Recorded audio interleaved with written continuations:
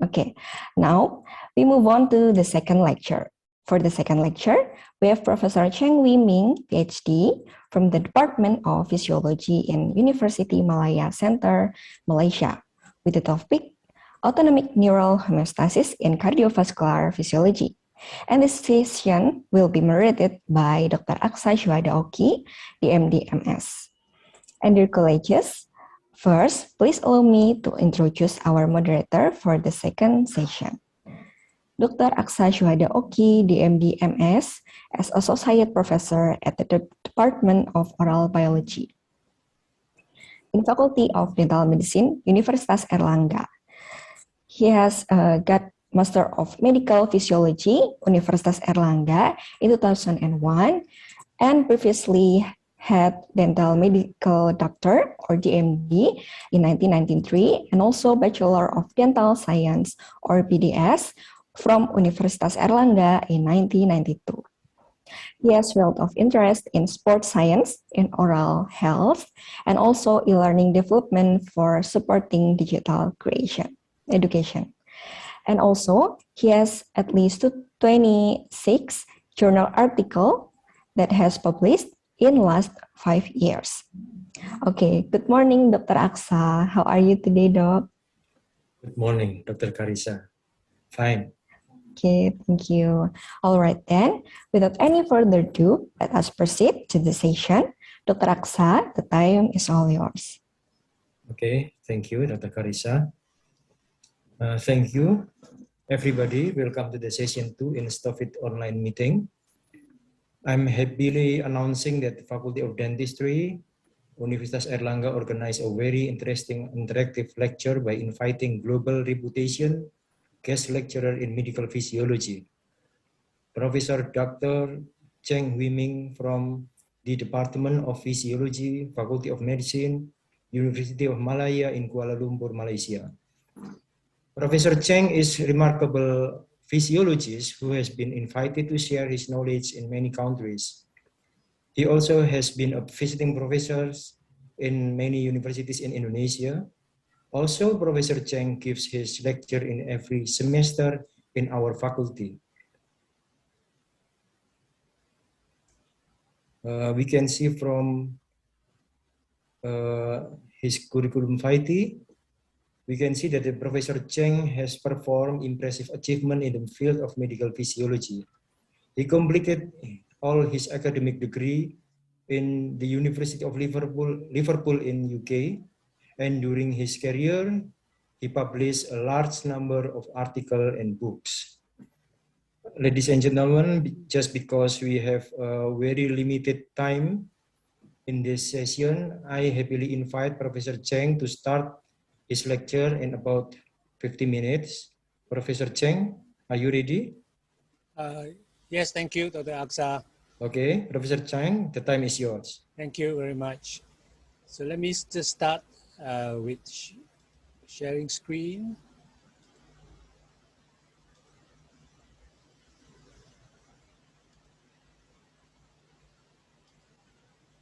Can my slide be seen?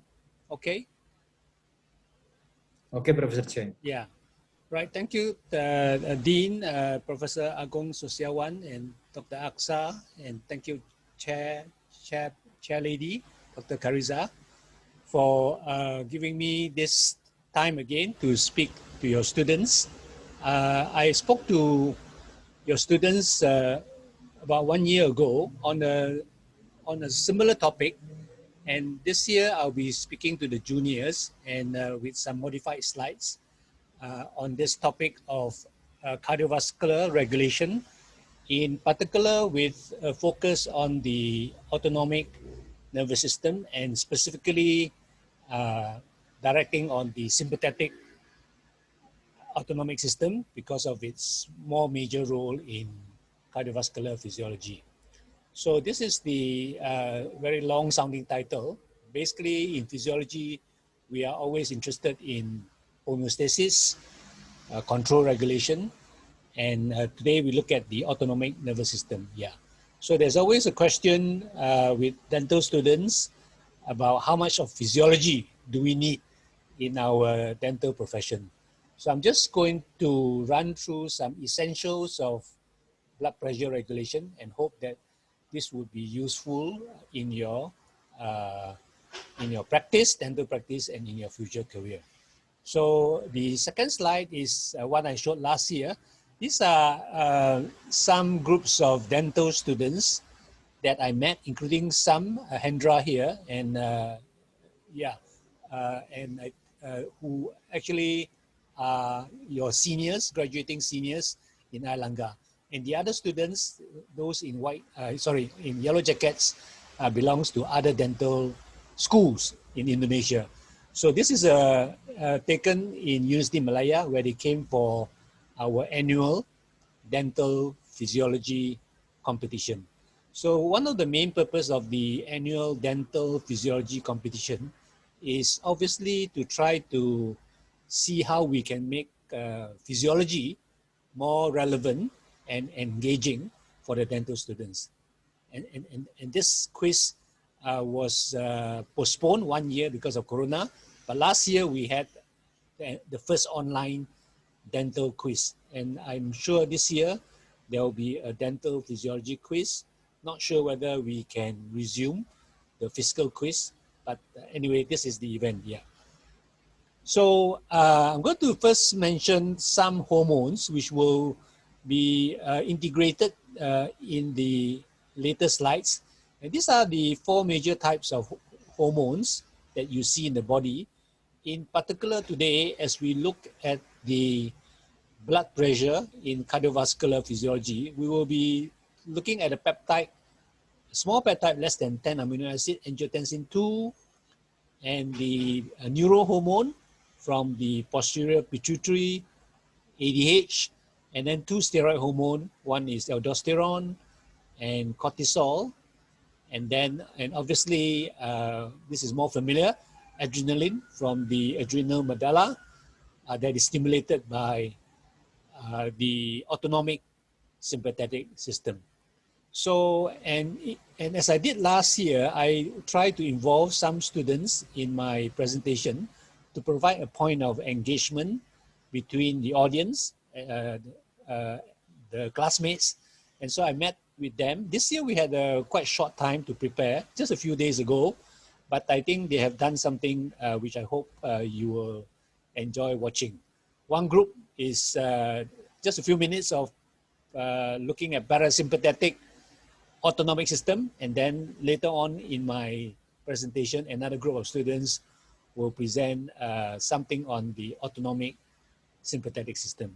So before they come up, let me just mention one more thing. So the cardiac pump is a rhythmic pump. It's not like the pump that supplies the water to your house. It has to relax and then top up and then pump again. So it is a fixed, closed system of a fixed volume. So the cardiac pump has to relax. And so there's an interesting question. How does a rhythmic pump maintain a continuous flow to the tissue? Because during relaxation, the pressure in the ventricle is actually 0 because it has to be top up.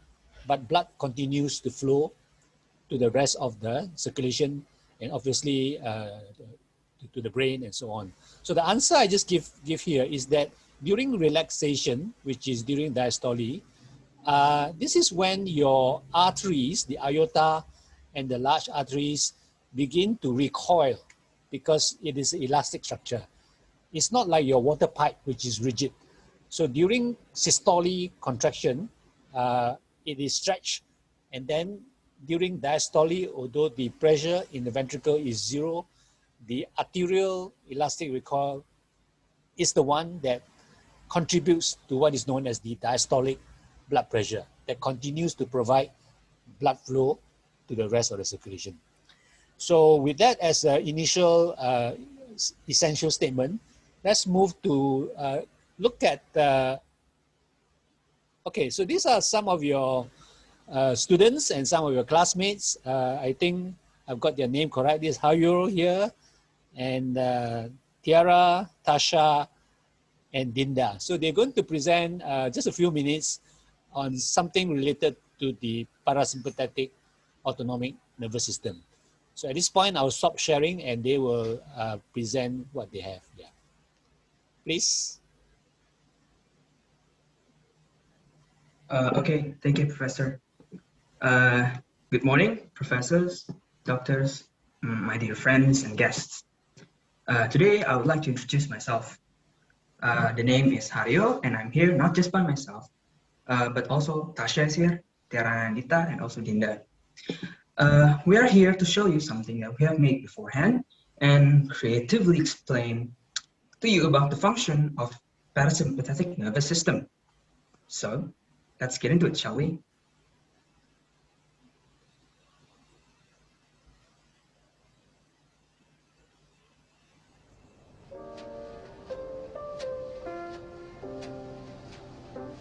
Hi everyone, my name is the parasympathetic nervous system, and today I'm going to take you along my daily activity.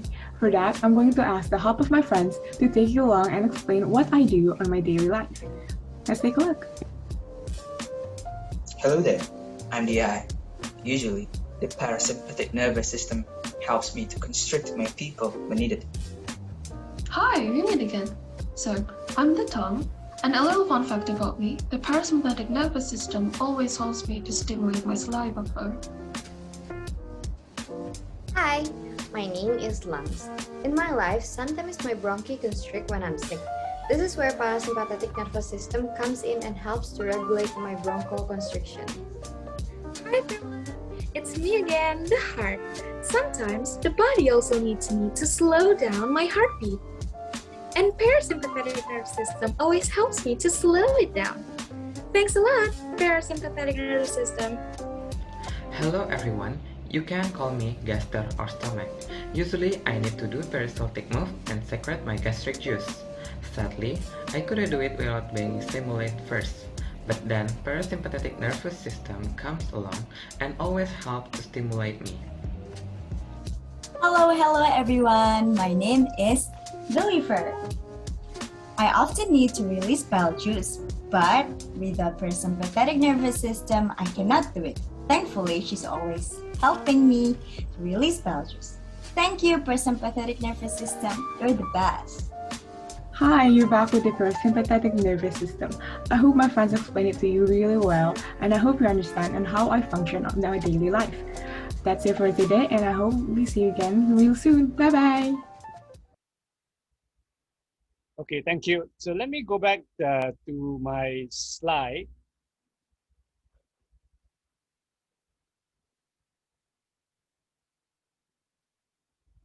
Okay, so the students have given a very broad overview of the parasympathetic, and obviously our interest this morning is on the role of the sympathetic as well as the parasympathetic in the homeostatic control of cardiac and vascular function.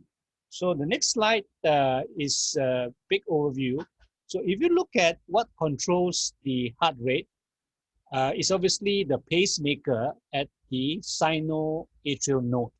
And we often talk about that if you think about the autonomic nervous system, there is often a dual autonomic control.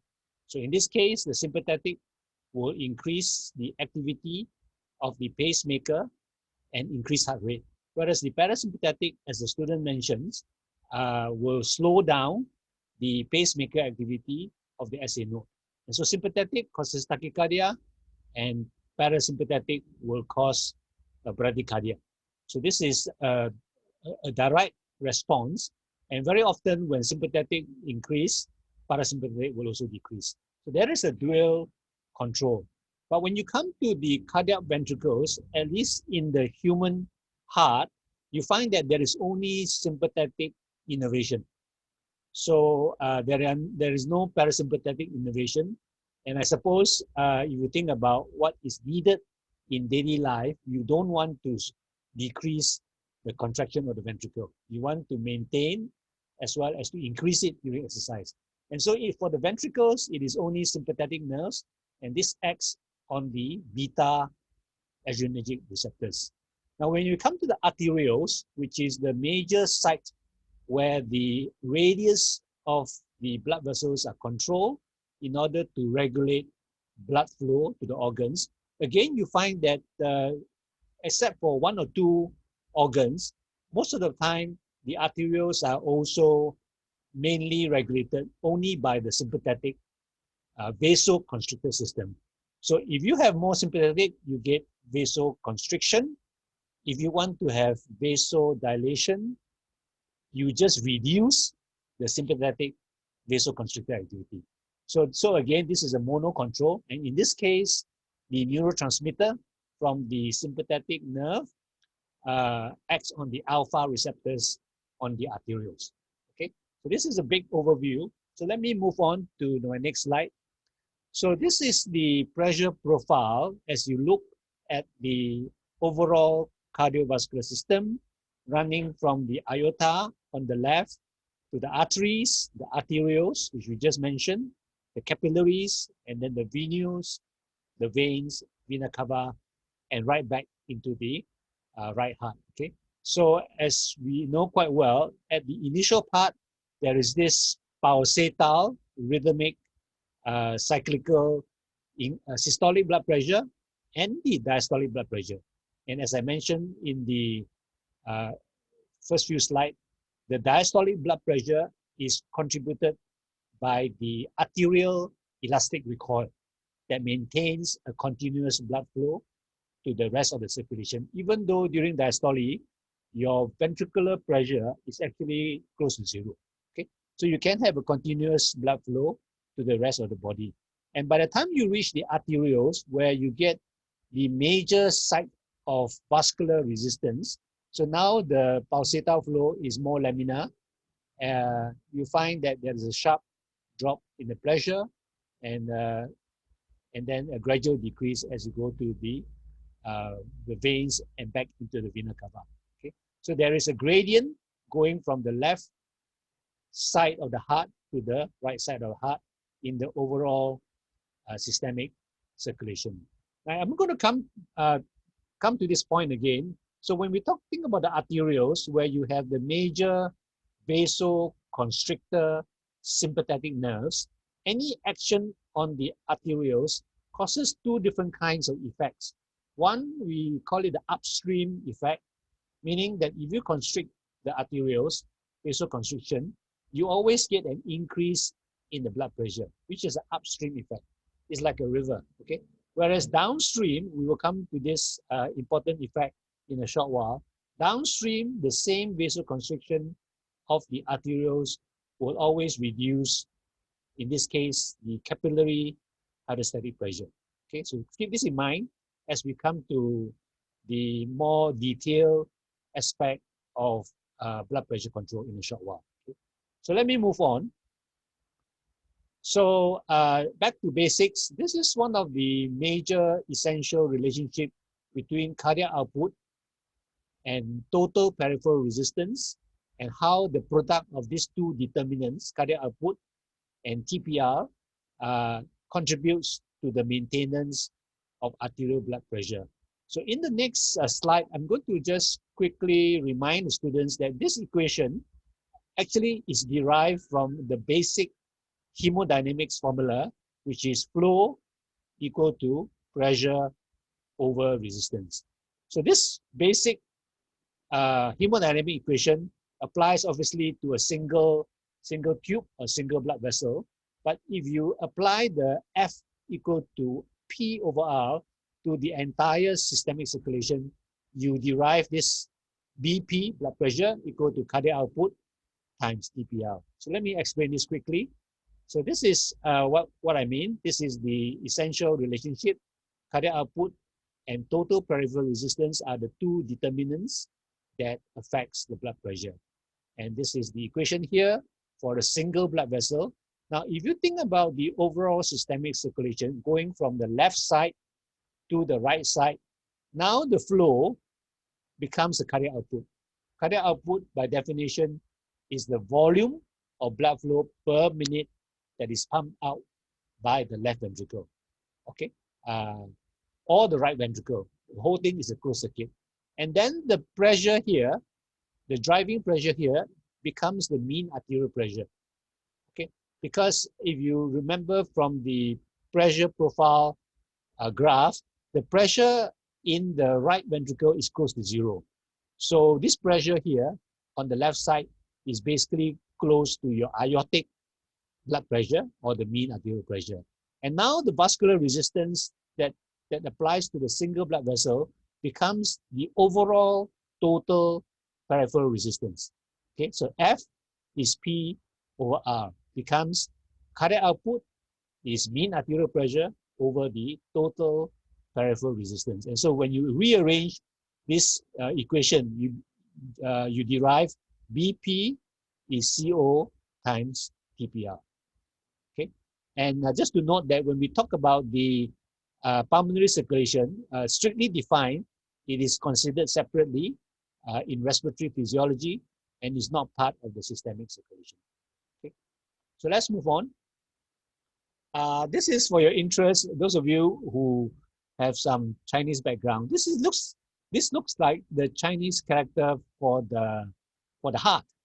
Okay, and so if you look at what this picture symbolizes, you will realize that actually this looks like the ventricle, right ventricle, left ventricle, and this actually could represent your cardiac output, and this one here could represent what is known as the venous return. Okay, so the venous return and the cardiac output are equal in value because we're talking about closed circulatory loop. Let's move on. Okay, so back to this equation, blood pressure is cardiac output times total peripheral resistance. Now this cardiac output, I think the students will also know that there are two components, two determinants of cardiac output. One is your heart rate, and the other one is something known as the stroke volume. The volume of blood pumped out per contraction by the ventricle. Now I want to just highlight here that in terms of muscle physiology, we actually involve all three types of muscle when we think about the physiology of the cardiovascular system. The first type of muscle is obviously cardiac muscle. Okay. Now the second type of muscle, which obviously involves the blood vessel, will be your smooth muscle. Okay. So vasoconstriction of the smooth muscle by the sympathetic vasoconstrictor nerve contributes to the total peripheral resistance. Contraction of the cardiac muscle obviously contribute to the cardiac function. And this one here looks obviously like the skeletal muscle, which I'm going to mention in a short while. The skeletal muscle contraction also contributes to cardiac function. You may ask, how can that be? How does the muscle contraction activity affects the cardiac function? So this is the next slide.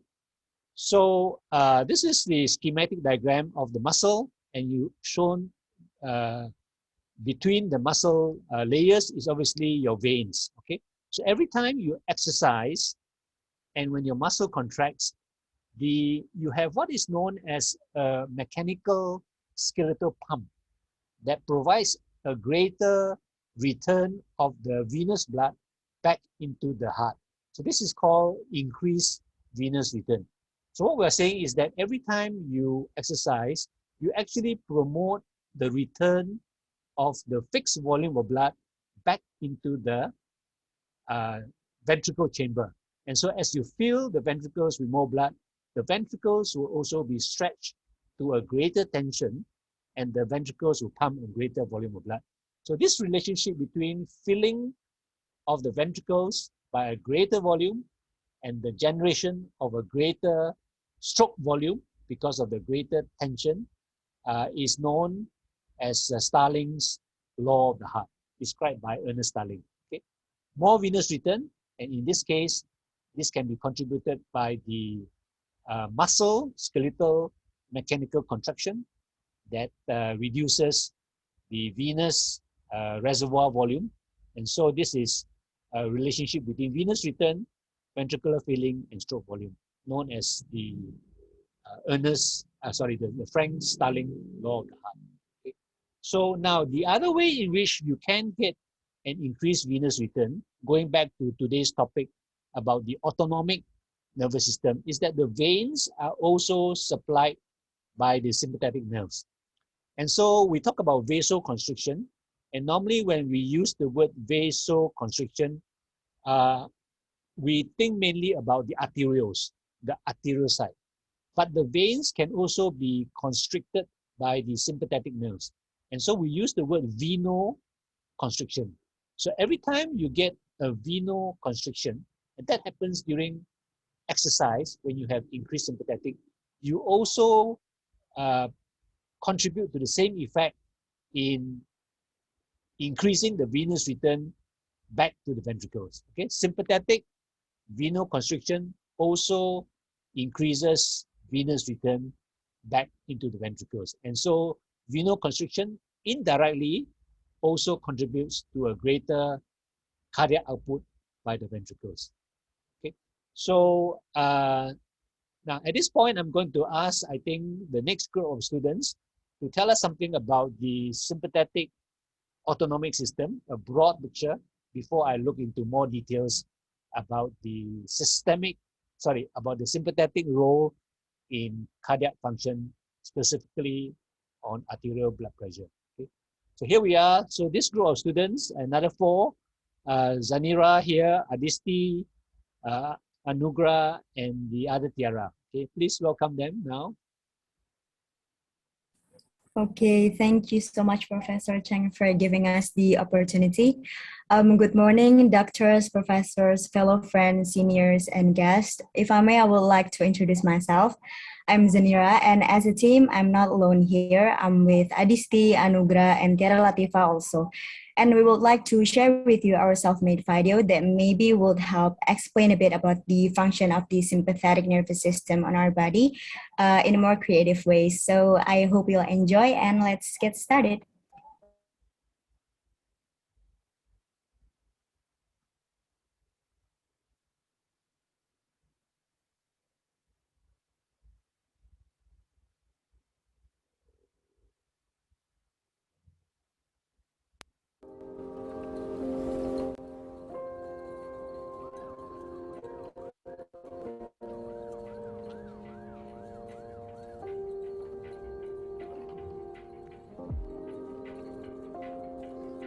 Hello everyone, welcome to my daily life. My name is Sympathetic Nervous System.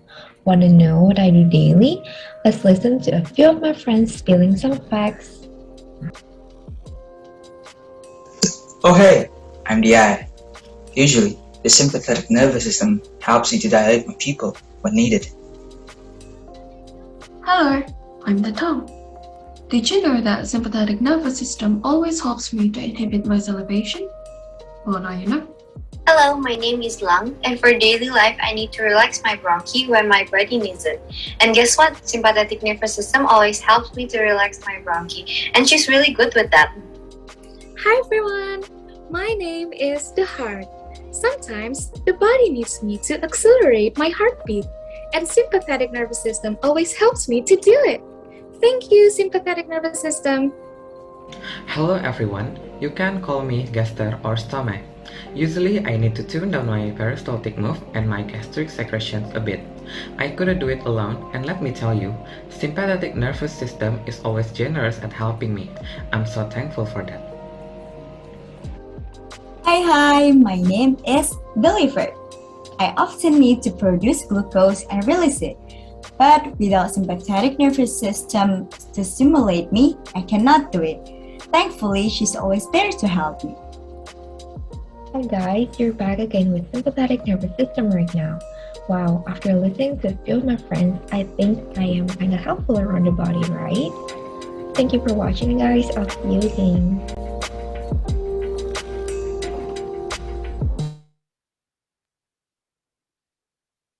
Okay, thank you, our four students there.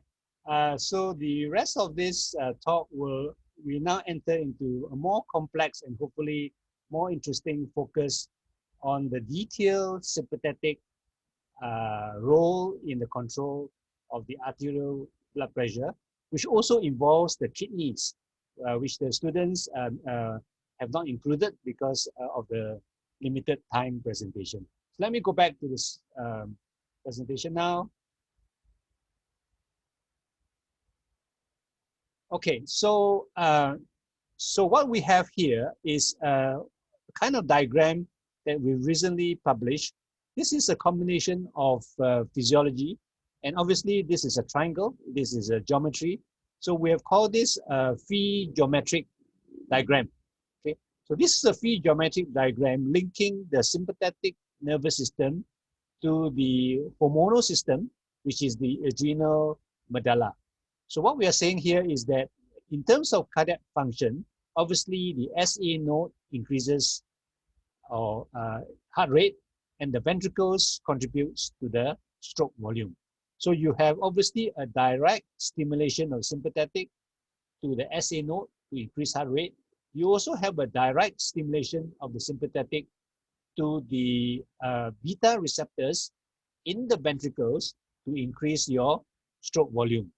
But every time you have increased sympathetic, there is another way in which the SA node activity and the ventricular pump is increased. And this is through the secretion of adrenaline, which is also increased by sympathetic. So this is the direct effect. This is the indirect effect. And so the whole system is sometimes known as the sympatho-adrenal medullary system.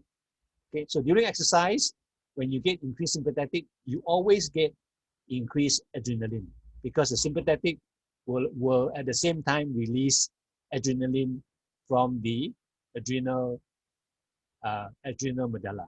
Okay, let's move on. So how do we understand the short-term and the long-term control of blood pressure?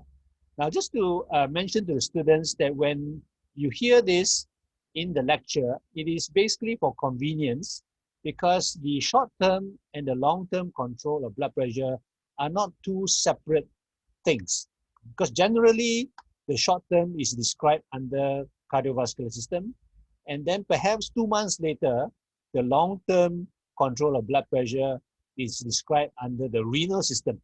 And so quite often for my own students, it's partly the fault of the curriculum, the way the timetable is arranged. Students fail to understand that the short-term and the long-term control of blood pressure are actually overlapping. Okay, they are not separate events. So let me explain what we mean by this. So here we are again, back to the basic equation that we've established. Blood pressure is cardiac output times total peripheral resistance. And within cardiac output, you have the heart rate and the stroke volume. So here, this determinant here is a function of the heart muscles. This determinant here, as we said, is a function of the smooth muscle of mainly of the arterioles that are supplied by your sympathetic vasoconstrictor nerve. So under blood pressure control, the short term actually means very rapid response should your blood pressure drop. Okay, and so this involves something known as the pressure sensors. When the sensors that detects the drop in the pressure, that's why we call them baroreceptor, and you trigger a baroreflex. And once the baroreflex is triggered, you get a main compensatory response that involves the sympathetic nerves. And so these sympathetic nerves, once it is activated by the baroreflex, will go to the heart to increase heart rate, will go to the ventricles to increase stroke volume, and at the same time will also go increase to the blood vessel to increase vasoconstriction. And all these three action obviously will help to restore the blood pressure. Okay, so blood pressure drop triggers baroreflex, sympathetic compensatory action is triggered, increase heart rate, increase the stroke volume, increase the TPR. And just to remind you, what we mentioned is that at the same time, the sympathetic also increases constriction of the veins, the venoconstriction. You remember we mentioned about Starling's mechanism of the heart. The venoconstriction also contributes to a greater venous return, and that also improves the cardiac output. Okay. Now, when we talk about long term, this is where we come to the area of the kidney. So if you like English pun, this sounds like Disneyland. It's actually kidney land. So the kidneys they are very important in maintaining blood volume. Okay, and this is because the kidney restores and maintains something known as the sodium balance. So if you have done your body fluid physiology, you will remember that sodium balance affects blood volume. So indirectly, the kidneys by maintaining sodium balance is helping to maintain blood volume. And of course, blood volume then affects blood pressure. So it's a very indirect but very effective way in which the kidneys help to maintain blood volume and blood pressure. Now, why is it called long-term? It's because if you, for example, donate a volume of blood, okay, so obviously your blood pressure drop and you get a better reflex. But it will take a longer time for your body, together with your kidneys, to restore the absolute blood volume. It is not a rapid neural mechanism. It involves a series of hormones that we will be talking about in a short while, okay? And that is why it's called long-term. I'm going to show you, as I said, that the short-term and the long-term are not separate, segmented events. They are interrelated, okay? So let's move on. So here we are again. This is another Phi geometric diagram to remind the student that the sodium balance, which is controlled by the kidney, affects the volume of the extracellular fluid, and the blood volume is a component of the extracellular fluid volume. And once the sodium balance is maintained, you maintain the blood volume. At the same time, you also maintain the blood pressure, because blood volume and blood pressure are both related. So renal control of blood volume operates via regulating the sodium balance, as total body sodium is the main determinant of the extracellular fluid, and this also means the blood volume. Okay, blood volume is a component of the ECF, and this involves. It takes a longer time to try to activate and trigger this series of hormone known as the renin, angiotensin, aldosterone system. So if you have not done your endocrine, just to highlight that this final hormone, which is a steroid hormone, aldosterone, is the one that will increase sodium reabsorption by the kidney. And so every time you lose blood volume, you enter into what is known as a negative sodium balance. And so in order to restore the blood volume, you first need to restore the sodium balance. And this is the role of the renin, angiotensin, aldosterone system. Okay, so activation of this RAS always serves to conserve sodium in order to restore sodium balance and blood volume. Okay, now this is the link. Now this focus on this word. Now this is the link between our attention this morning on the autonomic nervous system, in particular the sympathetic nervous system that supplies the kidney, and the increase in secretion of this first hormone from the kidney called renin. So if I go back 2 steps, so when you have a barrel reflex, as we said, you trigger a general increase in sympathetic activity. Okay. Now within this general increase in sympathetic activities that goes to the heart, that goes to the blood vessel, that goes also to the veins, you can put another arrow indicating that this sympathetic increased activity also goes to the kidneys. And this is why I mentioned here that the renal sympathetic activity, which is increased as a result of the barrel reflex, begins to stimulate the renin secretion. So this is the link, the overlap between the short term and the long term. Once renin starts to be increased, you get an activation that produces finally aldosterone, which will recover the needed sodium in order to restore the blood volume. So let's move on. Okay, now this is a bit complex, but I'm going to, as I mentioned this in each of my talk, I will make available this set of PowerPoint to Dr. Aqsa, and then he can share it with you. So don't be too anxious about copying the details of this. This is just to show you that the renin, angiotensin, aldosterone system, which is always activated when you want to conserve volume. So you start here.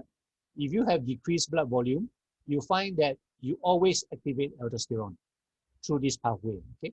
and then aldosterone will increase sodium reabsorption. Now, I just want to put this up here for the sake of completeness, because we've already done the first pathway for increasing renin, which is the renal sympathetic nerve. And this one is activated by the baroreflex, the link between short-term and long-term. Now, the other two, once you have done your renal physiology, it becomes a little bit clearer, is something known as the macula densa mechanism, MACD. Okay, MACD is the macula densa mechanism. At the same time, you also trigger this mechanism, which also releases renin. And then there's an additional pathway which involves a direct sensing of the change in the renal perfusion pressure. Actually, you can change this to R. The renal arterial pressure is the same as the renal perfusion pressure, because it is the pressure that perfuses or drives the blood flow. So the kidney has sensors that detects the drop in the pressure, and that can directly also release renin. So 3 pathways to release renin, but our focus this morning is on the role of the sympathetic nerve that is activated by the baroreflex, okay, and that releases renin. So let's move on. Okay, so this is another way to appreciate. So here we go back to BP is CO times TPR. So the focus here is on this purple one here, cardiac output. Cardiac output is obviously affected by your blood volume. And when you think about blood volume, just to remind you, you need to think about the kidney, okay? And so the volume of the blood is affected by your sodium balance. And then indirectly, if the kidney can maintain sodium balance, it can maintain blood volume. The kidney, in this way, indirectly is affecting your cardiac output. Okay? Because the cardiac output determinant is affected by volume, which is affected by kidney function that regulates sodium balance. Okay, so this is the in font size almost 40 short-term and long-term mechanisms of blood pressure regulation and compensation are not sequential separate events. The neuro-hormonal mechanisms are integrated. And when we talk about neuro here, our focus today is obviously on the autonomic sympathetic system. So I'm going to mention now a little bit about what is sometimes known as the intermediate term. You have short term, long term, and now you have intermediate term.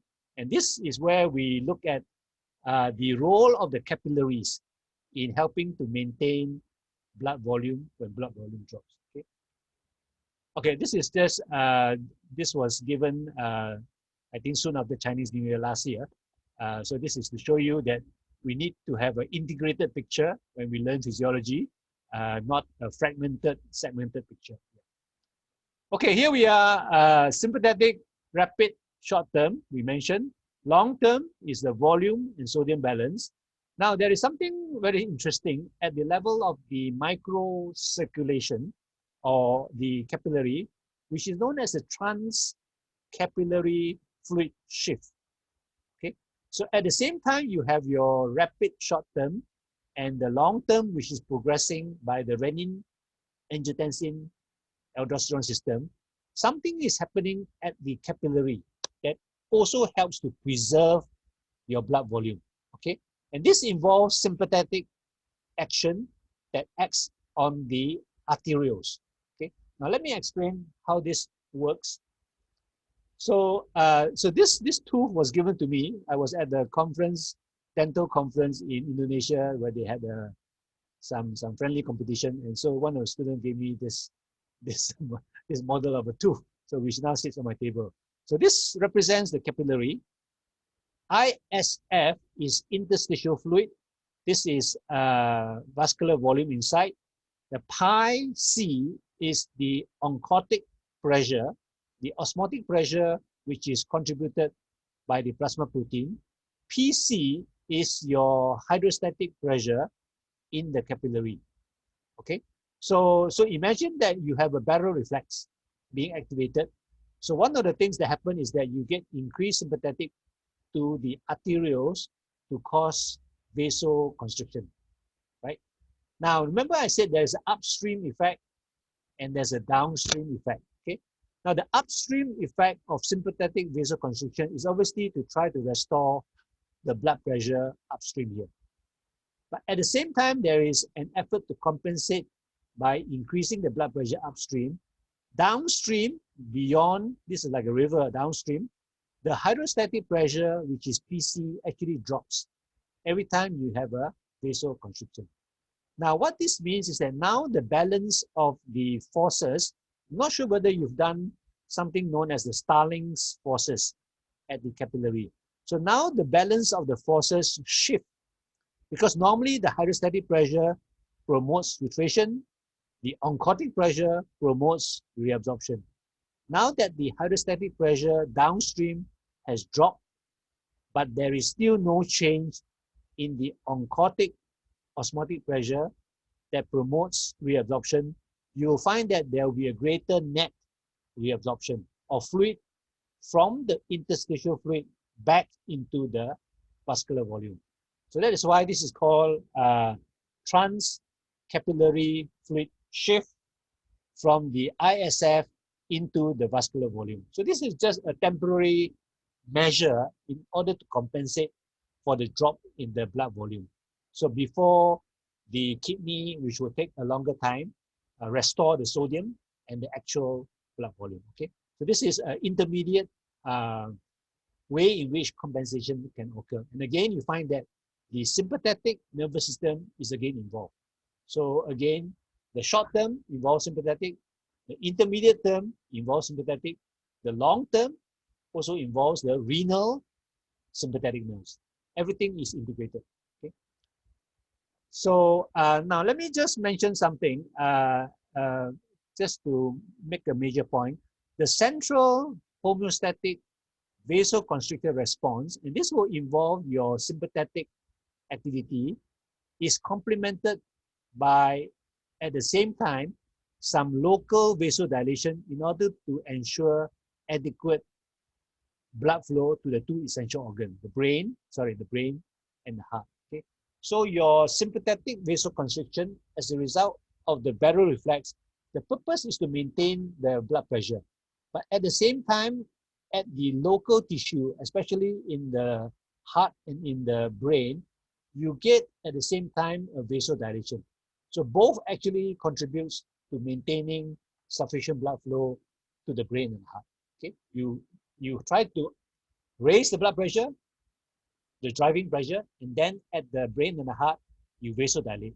So both actually benefits these two essential organs. Okay? So so this is just to engage the student.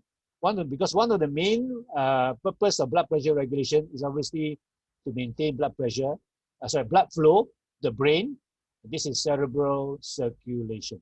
Okay, so if you think about the giraffe, its blood pressure regulation must be very efficient because it's a very long neck.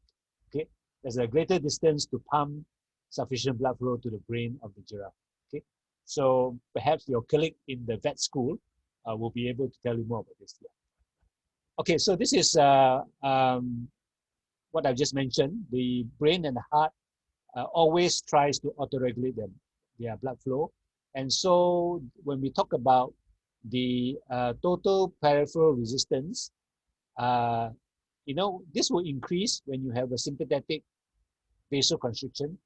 But obviously, if you think logically, the brain and the heart, the arterioles, are not part of this compensatory increase in TPR. Because if it is, then you will make the blood flow reduction even more. Okay. Okay, so this is from the same book. So this is just to highlight again in this physiometric diagram that the central barrel reflex occurs at the same time as the local vasodilation because of the vasodilator metabolite in order to ensure that the blood flow, in this case, to the cardiac muscles are sufficient. Okay, so this is the central sympathetic response. This is the local metabolite vasodilator response, which together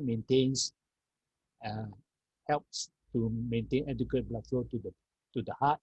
And if you change the cardiac cells to your neurons in the brain, the diagram also would be correct. Okay. So let's move on. So again, I like to doodle. So our focus this morning is on the autonomic sympathetic nervous system in particular. So here is what I just mentioned. The adrenal medulla secretes adrenaline, which affects the heart rate and the stroke volume. And remember, we said that this is the sympathetic activity, part of the sympatho-adreno-medullary system. Okay, so this is one pathway. This one here, now this JG cells, I don't want to give too many names. These JG cells are the cells in the kidney that secretes renin. So remember I said that the one lying in black is your renal sympathetic nerve. Every time you get an increase in sympathetic activity, the renal sympathetic nerve is also increased, and this causes increased secretion of renin that then produces angiotensin II, and angiotensin II then stimulates aldosterone. Okay. Now, if you look at the role of aldosterone, this is obviously involved in sodium balance and blood volume control. Okay, so this here we have blood volume, here we have cardiac function, and then I want to mention something else for the sake of completeness, since we have this adrenal cortex. The adrenal gland also secretes a hormone, a steroid hormone called cortisol, and this is obviously under a more complex control involving the hypothalamus that releases corticotrophin releasing hormone, and then the pituitary that releases the adrenocorticotrophic hormone, and this then releases cortisol. Now, I want to fit this into cardiovascular function for this morning, is that this steroid hormone actually is very important in helping to make your blood vessel responsive to vasoactive substances. In other words, if you do not have sufficient cortisol, your any substances like your angiotensin II cannot sufficiently vasoconstrict your blood vessel. So the sensitivity or the vasoresponsiveness of the blood vessel requires a physiological level of this steroid hormone. Okay, so all this included. So let's move on. Okay, so so let me put up the word sympathetic. This is our focus this morning. Sympathetic, and then this is adrenal medulla. To remind you, this is adrenaline, and then angiotensin II. Now this is the afferent arteriole in the kidney. Now the afferent arteriole in the kidney is where the location of your renin is produced, your JG cell. So the JG cells is actually part of the afferent arteriole. And so to remind you that sympathetic also increases renin secretion that then leads to production of this. Okay.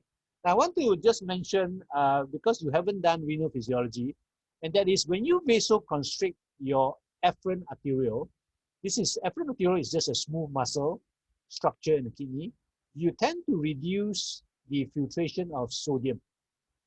And this obviously is part of the conservation of sodium. Okay.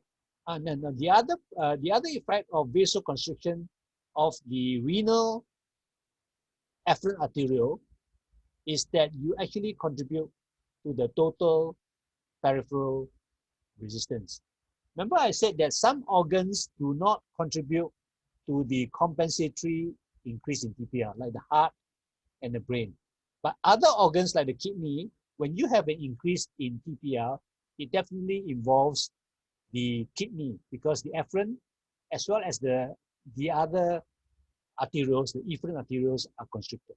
Okay, so the function of the afferent arteriole in the kidney is fascinating, because this is where renin is released, this is where TPR is increased, and this is also where you can reduce the filtration of the sodium. Okay, so this is a bird's eye view. This is a picture of my grandson looking out. This is to show you it's very important that you always have a big bird's eye view of the integrated physiology.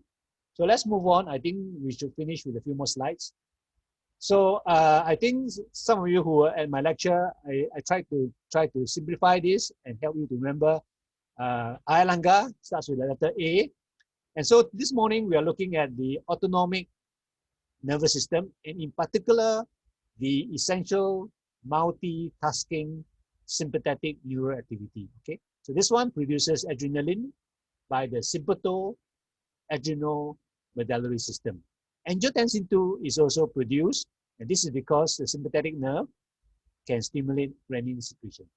Okay, and then angiotensin 2 produces aldosterone, and then ADH. Just to mention that ADH is always increased when there's a drop in the blood volume. There are volume sensors that are linked to the secretion of ADH. And then what is this R? I'm trying to make it fit in. R is the sensation of thirst, your thirst sensation. Whenever you are hypovolemic, there are neurons in your hypothalamus that will increase the desire to take water. Okay, that means you drink water as long as you are still conscious. And again, this operates through the volume sensing. Every time your volume drops, you stimulate ADH, you also stimulate this group of neurons in the hypothalamus called the thirst center. And then now just to put it in red, you should draw a line here below the blue letters, because atrial natriuretic peptide is involved in the opposite situation should you get an expansion of your blood volume. Because as the name suggests, when this hormone is increased, you tend to increase both the sodium and the water excretion. This is a combination of two words, sodium and diuresis. Okay, so this obviously happens in the opposite situation when you want to reduce the excess body fluid or the excess sodium in the body. Okay, you excrete more sodium, you excrete more water. So, and at the same time, you will obviously also inhibit all these other actions. Okay? So let me just, for the sake of completeness, this is vasopressin, the other name of ADH, just to show you the pathway.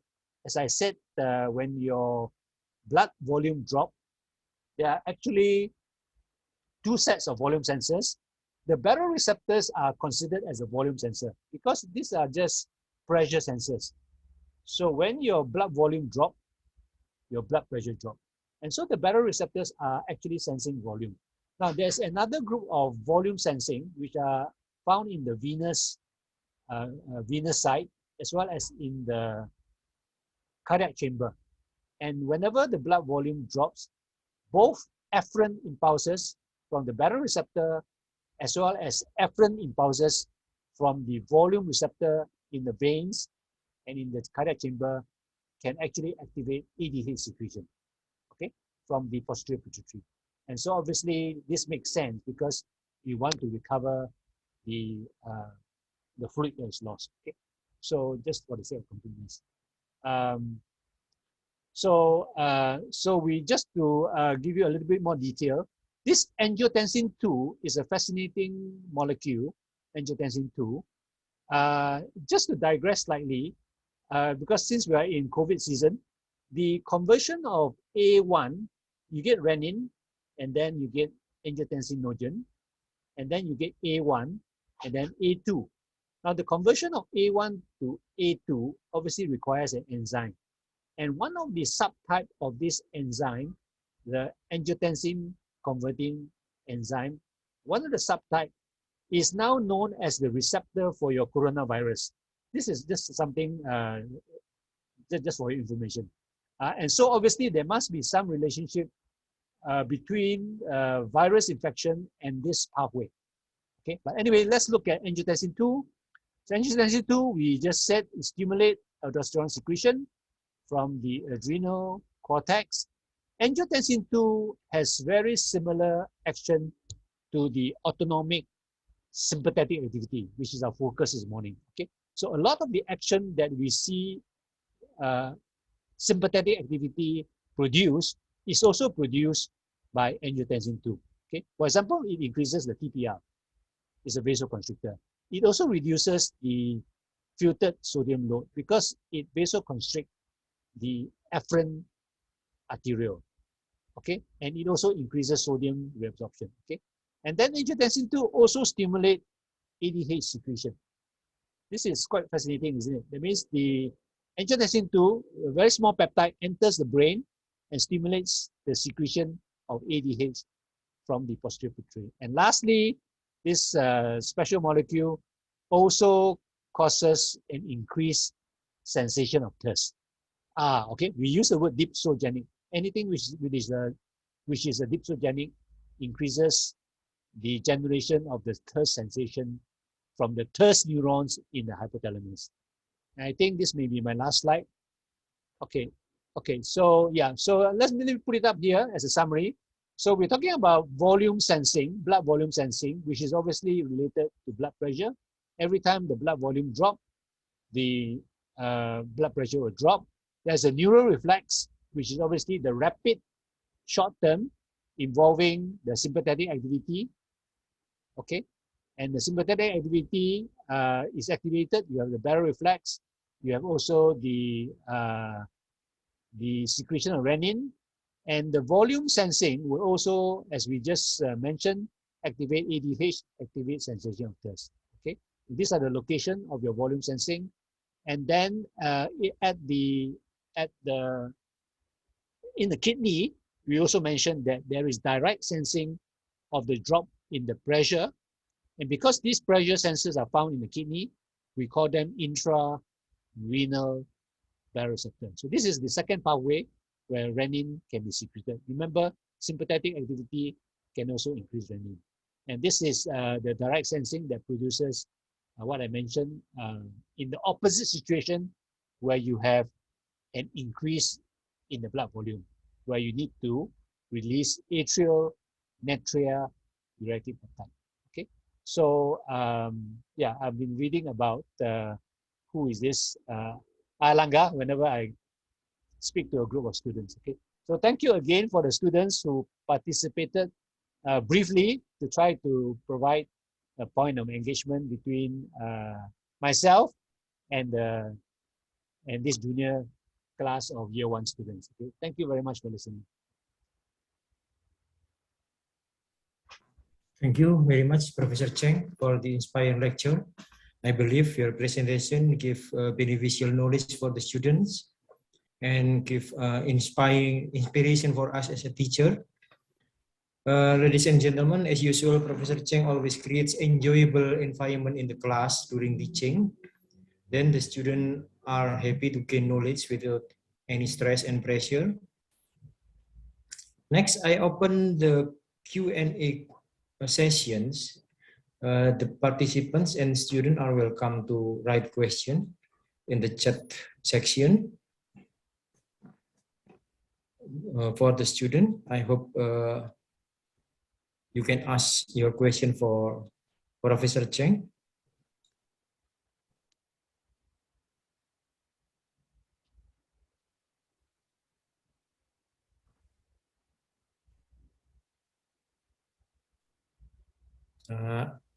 I really hope the student to give the question, because this is a very important thing for you as a future dentist. The understanding of the blood pressure knowledge is very important for you.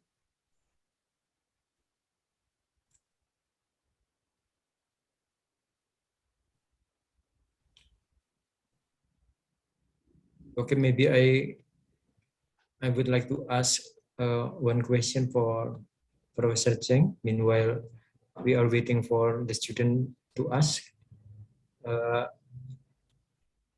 We recognize that both ADH and aldosterone give the effect for increasing blood pressure in their own ways.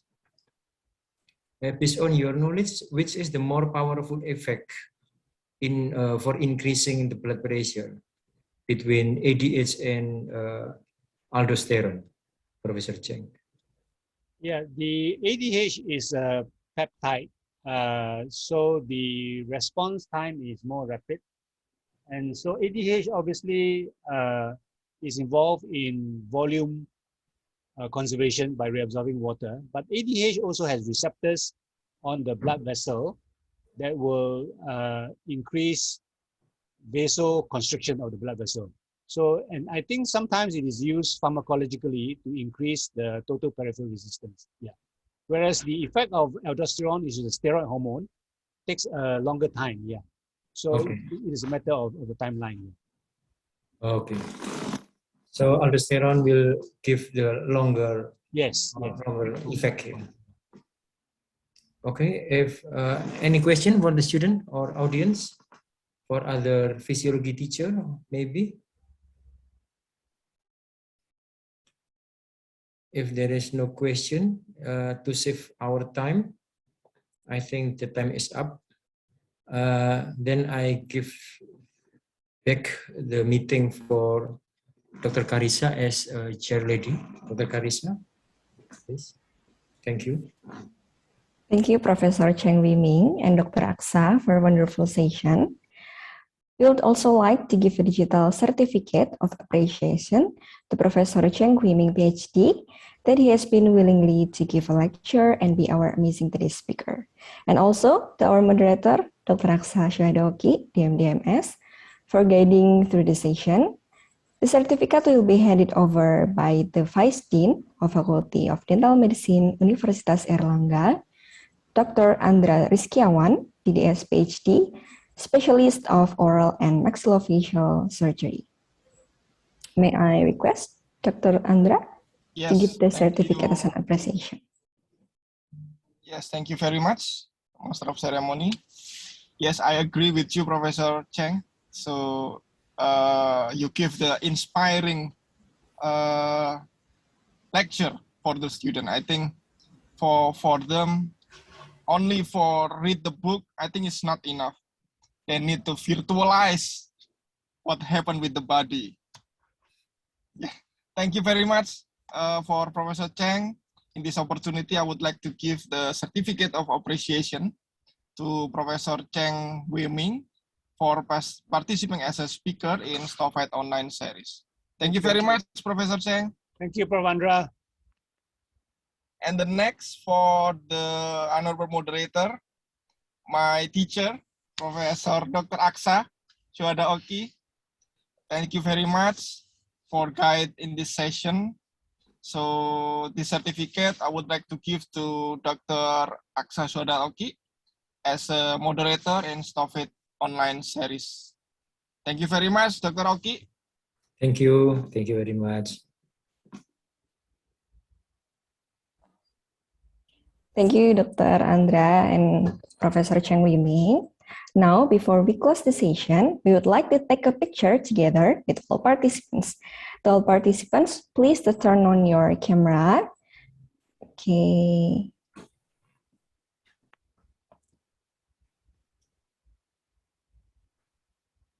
Maybe to all participants, you can please turn on your camera before we together take a picture.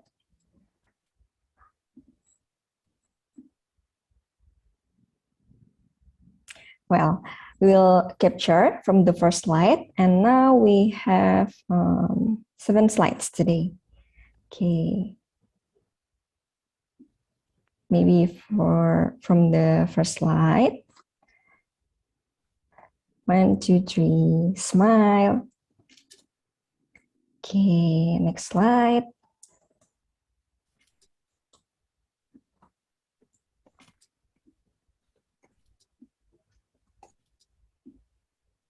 Okay, thank you very much for the group photos. Okay, now, finally, on behalf of Stovit Online Series committee here today, once again, I would like to send my highest gratitude to our speaker, Professor Tanimoto Kotaro, DDH, PhD, and Professor Cheng Wee Ming, PhD, for taking your time to share your knowledge to us today. Thank you, Professor. We hope that we can meet you again in person for further projects. Well, thank you. Bye. Last but not least, thank you to all participants for joining today's seminar. Hopefully, we will meet again in the next agenda. Please to take note that to fill the attendance form that's provided in the chat box. We look forward to see all of your participation on the next Stovit Online Series. Wassalamualaikum warahmatullahi wabarakatuh, and good day, everyone. Thank you, Dr. Carissa. Thank you, Prof Cheng. Bye-bye.